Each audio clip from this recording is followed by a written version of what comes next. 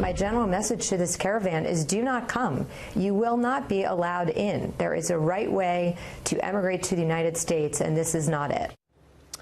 That's Homeland Security Secretary Kirstjen Nielsen. A stark warning for the thousands of immigrants, the migrants seeking passage into the U.S. They are on the move, that caravan through Mexico. Despite that, migrants from across Central America remain committed to their long journey, even as the military begins shifting assets toward the southern border. I want to bring in our headliner, Thomas Holman, acting director at ICE and a Fox News contributor. Sir, how are you on a Monday? And good morning to you. Give us a sense of what 800 members of the U.S. military could do on the border, sir. Well, I think they're going to handle logistics for the Border Patrol. They're going to monitor sensor traffic, intelligence. They're going to be moving food, water, supplies for the Border Patrol. And what that does is that releases the Border Patrol agents who are currently doing those types of jobs to be on the front line as law enforcement officers defending their nation. So I think it's a good move. I also think you can see a lot more DOD assets deployed. I would think the president would send up to 5,000 troops down there, and we'll see what happens. But the border, having the military on the border is a great idea. Do you think, based on what you're seeing, move in that direction? When you look at the video of this migrant caravan, do you think that many, as much as 5,000, could eventually be necessary? I think so, and we'll see. Of course, it's not my decision. But look, this invasion of our sovereignty is we got to stop it, because if we get to the point we did the last time and they actually get to the United States and they make their fraudulent claims to asylum and get released, so we're back to catch and release.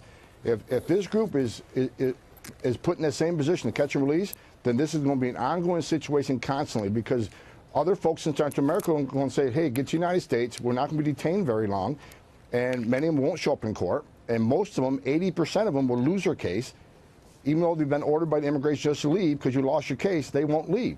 So why would they stop coming if there's no consequence or deterrence to this illegal activity? Let's go back to Kirstjen Nielsen one more time with more from Chris Wallace on Fox News Sunday. If you seek asylum, do so in the first safe country. Mexico has offered you refuge.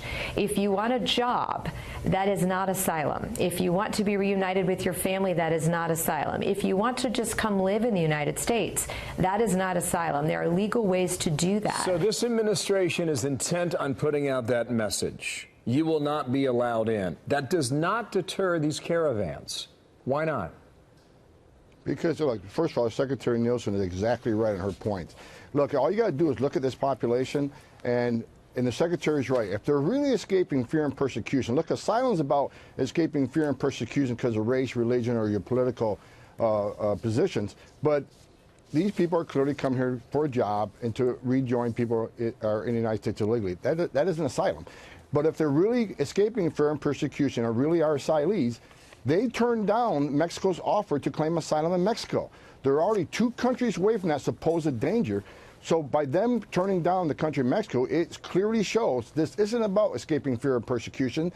This is about getting to the United States. So I applaud Secretary Nielsen what she says, but the reason this caravans keep them coming, because it's about getting to the United States. It's about getting a job and getting back with, getting with people who are here, part of their families in this country illegally already. This isn't about fear and persecution. This isn't about asylum. This is about getting to the United States. Tom, you really get a sense of the frustration, well, in the conversation that's happening across the country on this issue, but when it comes to the White House and President Trump, our own John Roberts, chief White House correspondent, just letting us know that the White House officials, they continue to discuss possible executive or regulatory action when it comes to preventing this caravan from crossing the border. This meeting's happening at the White House this morning. He concludes his reporting here by saying he's not sure whether the White House is not sure whether to do this through an executive order or interim regulation. But officials say the president is not happy with where we are on immigration. Obviously so. But you more so than ever get that sense of just how frustrating this process is and has been. Well, it's got to be frustrating for the president. Look, I've said many times before, I've done this job for 34 years up to I retired in June. I started as a Border Patrol agent on the front line. I've investigated organizations that smuggle people for 20 years. I'm the first ICE director to come up through the ranks. I mean, I've met with the president many times. I've talked to him many times. He gets it. We have a president, and people ought to be thankful that Donald Trump is the president during these times, especially when our sovereignty of this country is under attack. He wants to do everything he can legally just to control our border, to protect America.